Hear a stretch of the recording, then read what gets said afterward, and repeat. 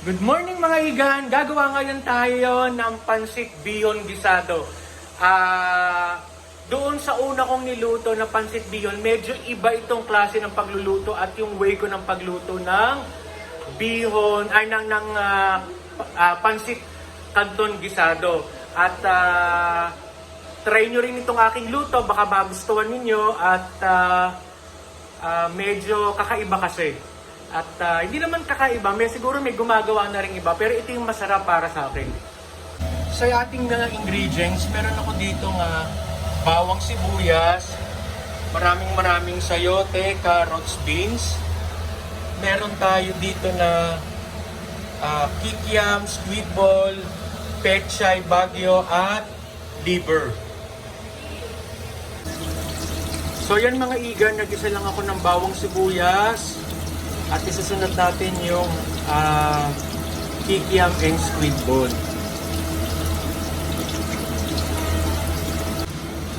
So yan, nilagay ko na yung kikiam, squid ball, at meron ako natirang hotdog. Sinama ko na din, sayang naman. Ayan. Sarap din yan.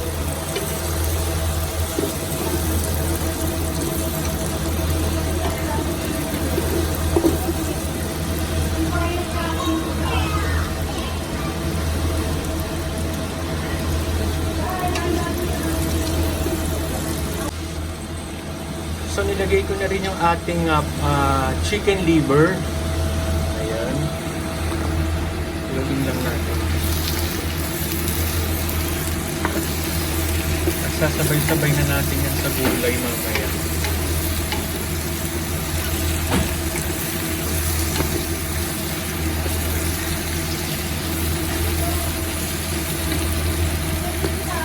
So yan mga iga, nilagay ko na yung ating mga gulay.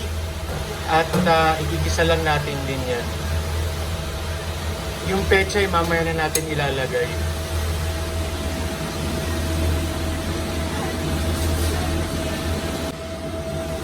So yan mga igan, kanina kumukulo na siya. Nilagyan ko lang siya ng toyo. Yung ating toyo is tansyameter lang. Siguro mga mga half cup toyo. Pakukuluan lang din natin yan.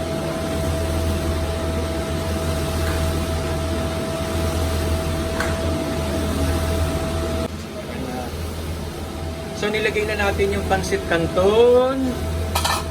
Haluin natin yan mamaya.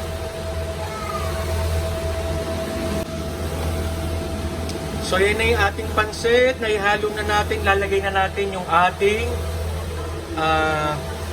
bagyo pechay. Ginagamit ko bagyo pechay kasi mas matagal tong mapanis.